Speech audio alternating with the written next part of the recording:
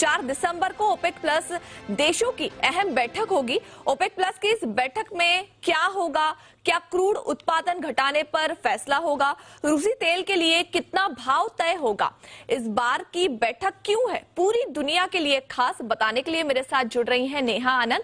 नेहा, देखिए, OPEC plus देशों की ये बैठक काफी अहम है क्योंकि इस बैठक में क्या फैसला होता है इस पर पूरी दुनिया की नजर रहेगी। उत्पादन फिर से घटाया जाएगा या फिर रूसी तेल के ऊपर कुछ प्राइस टैग लगाया जाएगा या नहीं, ये देखना काफी महत्वपूर्ण रहने वाला है। क्या कुछ खास होने वाला है इस बैठक में? ये ओपेक प्लस की बैठक का इंपॉर्टेंस बता देती हूँ। ये इसलिए महत्वपूर्ण हो जाती है दिसंबर वाली बैठक क्योंकि इससे पहले ये हमें शॉकर दे चुके हैं। जब इन्होंने 20 लाख बैरल प्रतिदिन की कटौती की थी, वो भी सरप्राइज था। तब हम ये मान के चल रहे थे कि 10 लाख बैरल प्रतिदिन के आसपास आएगा और दुगनी कटौती अनाउंस की। उसके बाद मजेदार बात ये हुई कि ठीक मीटिंग के बाद ही बताया कि हम तो इतनी कटौती कर ही नहीं पाएंगे, 10 से 11 लाख बैरल के आसपास की कटौती होगी।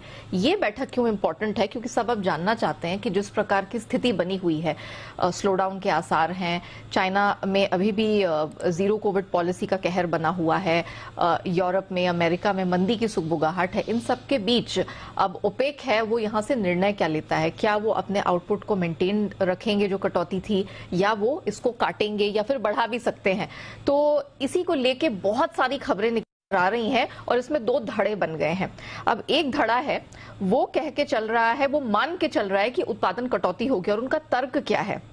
पहला तो यह है कि चीन की डिमांड कमजोर है। जब डिमांड ही कमजोर है तो आप उत्पादन बढ़ा के क्या करेंगे? यूरोप, अमेरिका में मंदी के आसार बनते दिख रहे हैं, स्लो डाउन जैसे संकेत मिलते हुए दिखाई दे रहे हैं, तो भी वो कह रहे हैं कि इस कारण से भी सप्लाई घटाने का जो पक्ष है, जो पलड़ा है, वो मजबूत हो जाता है। ओपेक ने पिछले महीने ही हमने देखा था कि जो ग्लोबल डिमांड ग्रोथ है उस पे फोरकास्ट फिर से घटा दिया और लगातार 5वीं बार उन्होंने घटाया है। इंटरनेशनल एनर्जी एजेंसी ने भी कुछ इसी तरह के बयान दिए हैं। सऊदी, कुवैत, कतर और हाल फिलहाल में बहुत सारी जो मिडिल ईस्ट के देश हैं, उन्होंने दिसंबर और जनवरी की जो अपनी लोडिंग ओएसपीज हैं, ऑफिशियल सेलिंग प्राइस, वो घटाई है।